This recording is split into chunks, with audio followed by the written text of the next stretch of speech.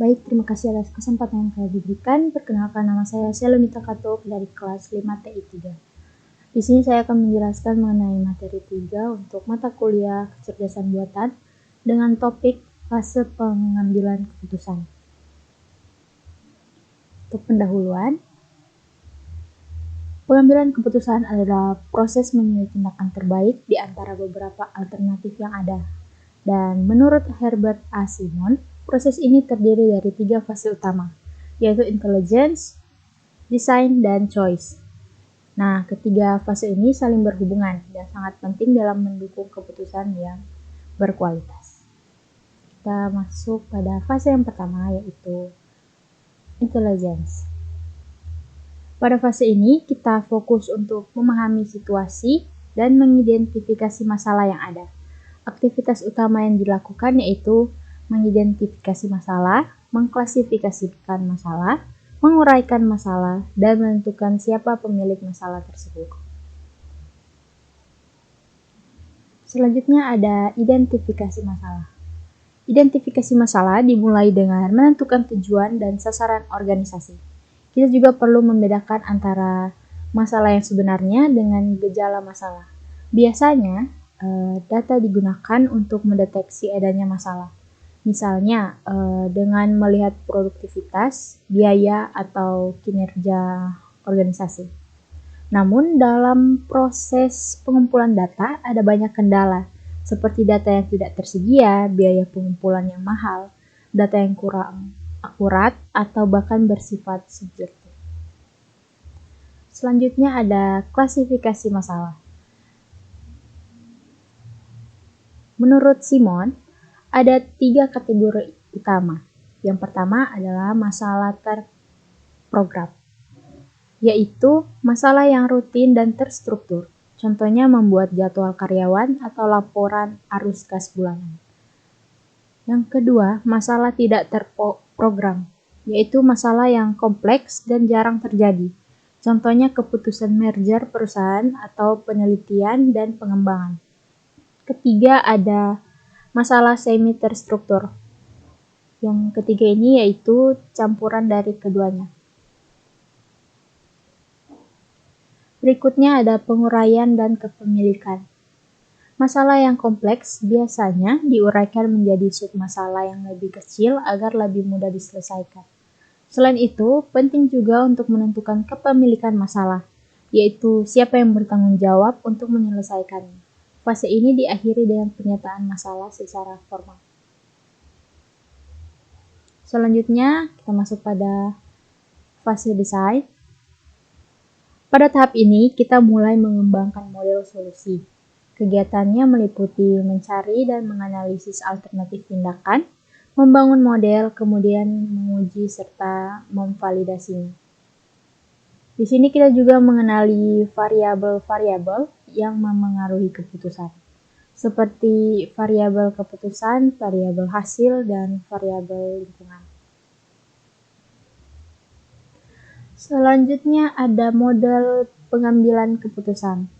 Ada 2 jenis model pengambilan keputusan. Yang pertama model normatif, yaitu model yang mencari alternatif terbaik atau optimal. Contohnya mencari cara untuk mendapatkan laba maksimum atau biaya minimum. Kedua ada model deskriptif, yaitu model yang menggambarkan kondisi nyata, biasanya menggunakan simulasi, analisis skenario, atau forecasting. Model ini tidak selalu menghasilkan solusi terbaik, tetapi bisa memberikan gambaran realistis terhadap keputusan. Selanjutnya adalah pencarian alternatif dan evaluasi. Dalam desain fase, kita juga mencari alternatif solusi.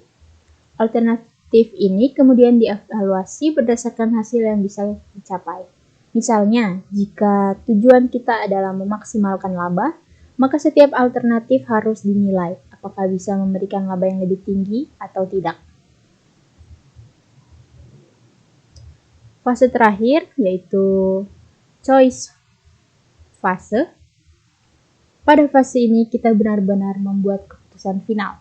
Prosesnya meliputi pencarian solusi, mengevaluasi alternatif, pemilihan solusi, dan akhirnya berkomitmen untuk menjalankan. Ada juga teknik choice fase. Ada beberapa teknik yang bisa kita gunakan dalam fase ini. Misalnya teknik analitik menggunakan formula matematis, algoritma dengan prosedur langkah demi langkah, heuristik dengan aturan praktis, atau bahkan blind search dengan metode coba-coba. Selain itu, ada juga analisis sensitivitas untuk menguji ketangguhan solusi, seperti analisis bagaimana jika untuk melihat dampak perubahan parameter pada hasil. Di sini ada peran teknologi atau sistem pendukung. Dalam praktik modern, proses pengambilan keputusan sangat terbantu dengan teknologi, terutama sistem pendukung keputusan atau Decision Support System atau DSS yang kita bahas di materi 2, di mana DSS membantu dalam semua fase, mulai dari analisis data di fase intelligence, pemodelan di fase design, hingga memberikan rekomendasi atau optimasi di fase choice. Contohnya adalah penggunaan sistem ERP, forecasting dengan AI, dan berbagai software simulasi bisnis. Kesimpulannya, pengambilan keputusan adalah proses bertahap yang terdiri dari 3 fase utama, yaitu intelligence, design, dan choice. Keputusan yang berkualitas hanya bisa dicapai jika data yang digunakan akurat, model yang dipakai tepat, dan alternatif yang dipilih sudah dievaluasi dengan baik. Dengan bantuan teknologi, proses pengambilan keputusan kini bisa dilakukan lebih cepat, lebih efisien, dan hasilnya lebih akurat.